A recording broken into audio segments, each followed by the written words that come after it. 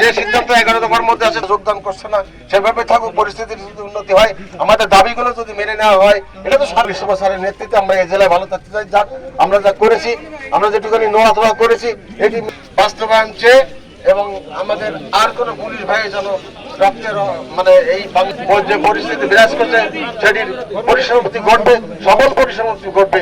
আমাদের যে দাবিগুলো আছে সেগুলো বাস্তবায়ন হবে। এটা হ্যাঁ, আমরা সব ভাইরা শহীদ হয়েছে, যারা যারা দেশের জন্য পুলিশ বাহিনীর মধ্যেই অবস্থান করে। ধন্যবাদ সবাই।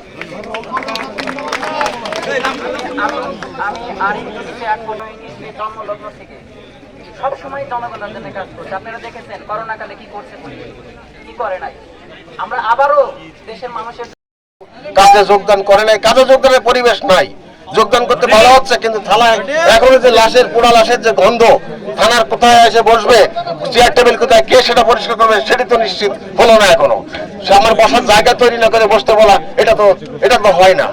আমার বসার পরিবেশ তৈরি হবে, তারপরে আমরা বসতে পারবো। সে পর্যন্ত আমরা অবশ্যই কাজে যোগদান করতে পারি না এবং আমরা সে পর্যন্ত আমরা অবশ্যই কর্মবিরতিতে আছি, কর্মবিরতিতে থাকবো।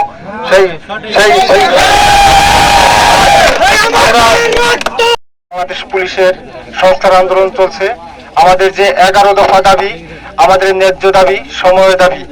আমরা বাংলাদেশ পুলিশ, আমরা কোনো রাজনৈতিক বলির পাঠা হতে চাচ্ছি না। আমরা বাংলাদেশ পুলিশ, আমরা বৈষম্য মুক্ত, আমরা জনগণের পুলিশ হতে চাই।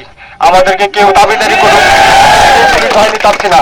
সুতরাং আমাদের রাজারবাগ কেন্দ্রীয় সমন্বয় কমিটি থেকে যে 11 দফা দাবি রয়েছে, সেই 11 দফা দাবি ইতিমধ্যে আপনারা জানতে পেরেছে বিভিন্ন মিডিয়া, সোশ্যাল প্রিন্টিং মিডিয়ার মাধ্যমে।